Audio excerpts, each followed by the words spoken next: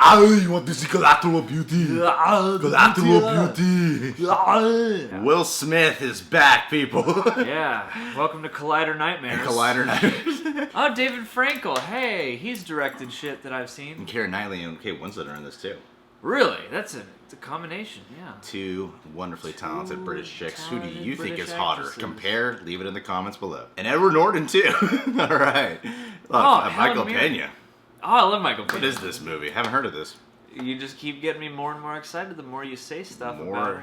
There's so many You famous lost people. It. Where's the window? So many famous people. Gregory? So many famous people. It's like that. It's like one of those Gary Marshall movies. Rest in peace. Yeah, and those movies were great. Those were fantastic. Those were the movies. best. Was this We're Collateral here Beauty? to connect. Love, time, death. Now these three things connect every single human being on Earth. We long for love, we wish we had more time, and we fear death. Did you lose a child, Howard? Howard is a brilliant, creative, charismatic guy. He used to love life. Right now, he hates it. I try to talk to him, I try to reach him, and he's not there. I miss him. He writes letters. Who are they to? Howard doesn't write letters to people. He writes to things. Time, love, death. Kids write letters to Santa Claus. It doesn't mean they're crazy. No, this is therapeutic. Who did you write the letter to? I wrote the letter to death. Nice to meet you. A charm, I'm sure. Nope. You write letters to the universe all the time. Most don't get a personal response, but you are. I don't want this. I'm time. I'm a gift, and you're wasting it. You're gonna think I'm crazy, but I'm having conversations. I am love. Yeah, you are. Without me, Howard. I saw you in her eyes when she called me daddy, and you betrayed me. I'm the reason for everything.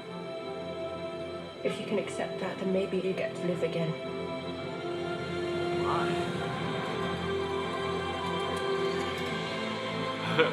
He's reaching out to the cosmos for answers. There's so much more at stake here than you even understand.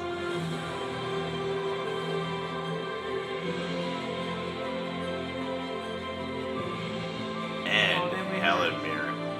And last. You've been given a gift. This profound connection to everything. Wicked Just Jack. look for it. I promise you, it's there. The collateral beauty. Collateral Beauty. Collateral Beauty. What else has David Frankel directed? He did Seven. He did Gone Girl. The Devil Wears Prada. Marley and Me. Devil Wears Prada. Alright, so yeah, this guy's done some pretty worthwhile movies. I think it looks like a really delightful drama.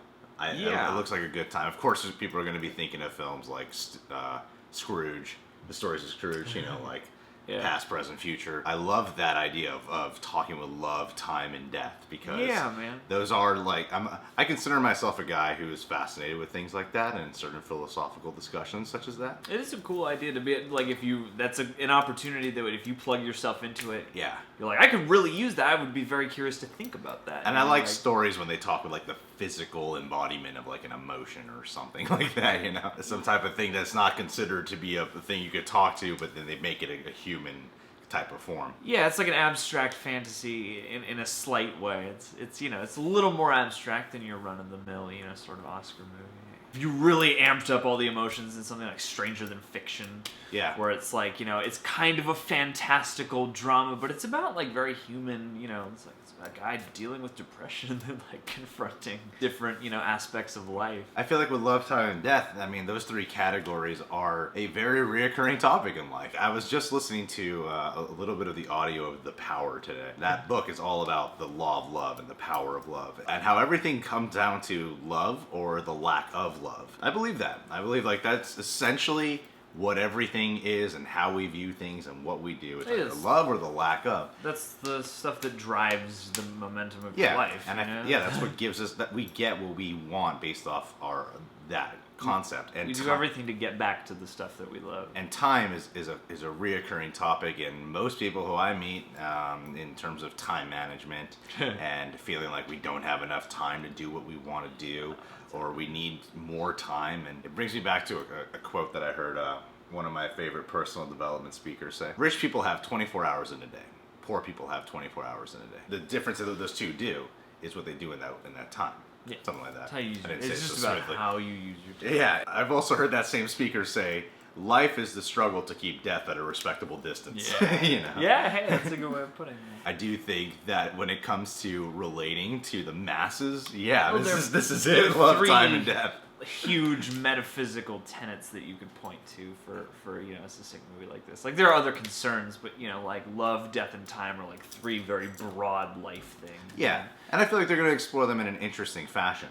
Yeah, I like how they got really well-known actors to play these characters. I like the whole group friends thing of these like big actors just playing normal dudes who are friends. Normal people concerned about one another. Yeah, sure, you get this big cast together. I'm sure if you first hear that cast, your first thought is probably like you're gonna see some like gripping drama. Everyone's crying and every other scene, exactly. Really emoting and yelling, intense. But it doesn't look like it's gonna be portrayed that way, and I like that because that's another form of acting. That's another form of just being a human being. Because there's plenty of human beings who would have a conversation like that, like sitting around the table talking about your friend and what they're going through. I thought that was a nice moment actually to see Edward Norton just playing like, hey, he's a nice, likable friend in this movie. Normally he's a very specific kind of character, but everyone seemed just very relatable and different ethnicities and stuff, which is cool. Yeah, and I'm curious about this because it looks certainly interesting, and I like the fantasy aspects and stuff like this. I haven't seen a lot of David Frankel's other movies. I did see The Devil Wears Prada, and I was surprised by how much I liked that. He does a lot of really heartfelt films. Yeah, and like Marley and Me. Yeah, and so what I'm curious now to see is like how well they stick the landing with this, because I know he's done some okay sentimental dramas, but this looks like it could be a really cool, really inventive human drama. Yeah, I hope this is great. I'm going to cry. I'm a little afraid it could end up being a little like, oh, you tried, but it's a little ham-fisted. But I feel like it could be great. I feel like with the subject alone and the tone they're going for, I feel like there's going to be people undoubtedly who are going to say that. Even if the majority don't think that, there's going to be at least a minority that will say that, it's all cheesy and but it's like if Spike Jonze made this movie, I wouldn't necessarily be worried.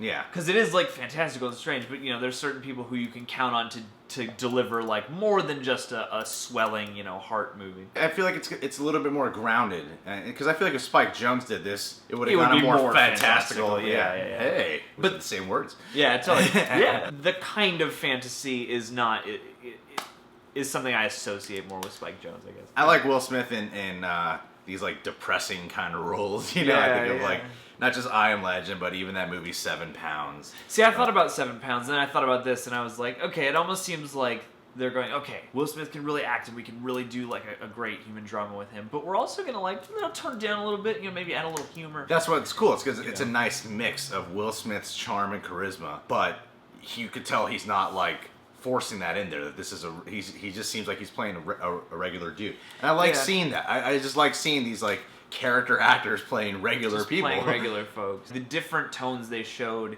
they showed stuff that looked like it would be more intense and kind of, sad, or stuff that's a little more funny and a little more fantastical. And each one of those, none of them seem too huge, It's it does seem like a human level of things, and it's when you see it, you're caught by it, because we're usually used to seeing more heightened stuff in movies. So this was cool for me, because I was like, oh yeah, they do just sort of seem like they're trying to capture life, like a slice of life. One thing I thought that was a little interesting was when they said okay, you see Helen Mirren first shows up as Death, and then time, and I thought it's kind of an interesting approach to just see them as real dudes, instead of Helen Mirren showing up all dressed in a black dress and playing a skeleton, or doing something that's wow, she really represents death. But if this was Spike Jonze, that would be in full. That's what I mean. It's instead of doing crazy visual effect representation of these people, or stylistic cinematic angles around these guys. They just look like regular people appearing in his life. Yeah, like slightly stylized, but yeah, mostly just like normal and kind of different than you might expect people. Yeah. That's the thing that's most intriguing, is I love the premise of this, because like I would love to be able to do that. And it just gets you thinking about that, like what would I say? Like I like a movie like this that can take you on a little thought journey, where it's like, what would I say to time or death or love, you know? And say through Keira Knightley, like this is an interesting premise to get all these actors together to act out a fictional tale, but without going like crazy Hollywood on it, so still allowing these guys to just give performances. So I feel like if there's any cheesiness, it's going to come down to the writing and directing more than it will be the acting. I don't know what this film's going to be like, but here's what I can tell you. It's about love, time, and death, and it takes place in Christmas, and like Christmas time. It's from the producer of Spotlight, which, hey man, like, Spotlight seemed like it. I did get a molestation vibe in here. I did. That's why he's so depressed. Yeah. And then by the end of the movie, we find out, and then all of them are like, "Oh yeah, we can't help you, dude." Like, wait! This is what Deadshot was doing before Batman captured him. Oh my god! I did it. I got the joke.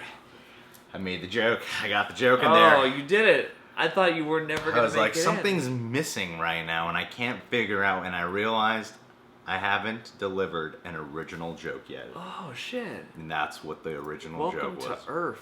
I should probably comment that on the trailer before someone else does. Yeah. First. Cool beans. Well, yeah, that was sent to me on Twitter by someone. Yeah, I'm excited. I should have remembered who sent it to me. I hope it's but Collateral Beauty comes out. Collateral Beauty. I want to see the same movie, but with Arnold instead of Will Smith. Death. Boom. Boom. Love, I don't know what to say to you. I love to pump. Time, I make plenty of time to do that. I got plenty of time, I'm very efficient. I like to work out my clock in my mind. Well, you seem like a new person to this channel. Subscribe. If you're already subscribed, stay subscribed.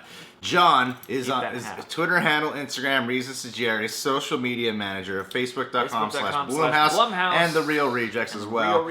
So tune into those FB sites. Shout out to Keira Knightley. You didn't return for Pirates 5. And that's kind of a bummer. Because it makes me go, what happened to your character? Bloom's returning. Where the fuck are you? Where the fuck is Keira Knightley? Helen Mirren. And Helen Mirren. Oh, I love Helen Mirren. You watch a documentary now, it's just funny. It's very, very funny. She's one of the hottest old ladies you'll ever see. She is beautiful, yeah. Like when People magazine decides to take paparazzi photos of like people at the beach, like celebs at the beach. Just regular people minding their own business so we could snap a photo with them and we could judge their body type. On a day where they haven't prepared for that. Yeah. If Helen Mirren ever spoke to me, I think I would just like... I would shed a single joyous tear and then melt. Like, yeah, I would just kind of ooze into a like a sunbeam and go away. I'd fart. No, I'd fart. Not in front of Helen Mirren. Although she'd probably be cool about it. Yeah, she's British.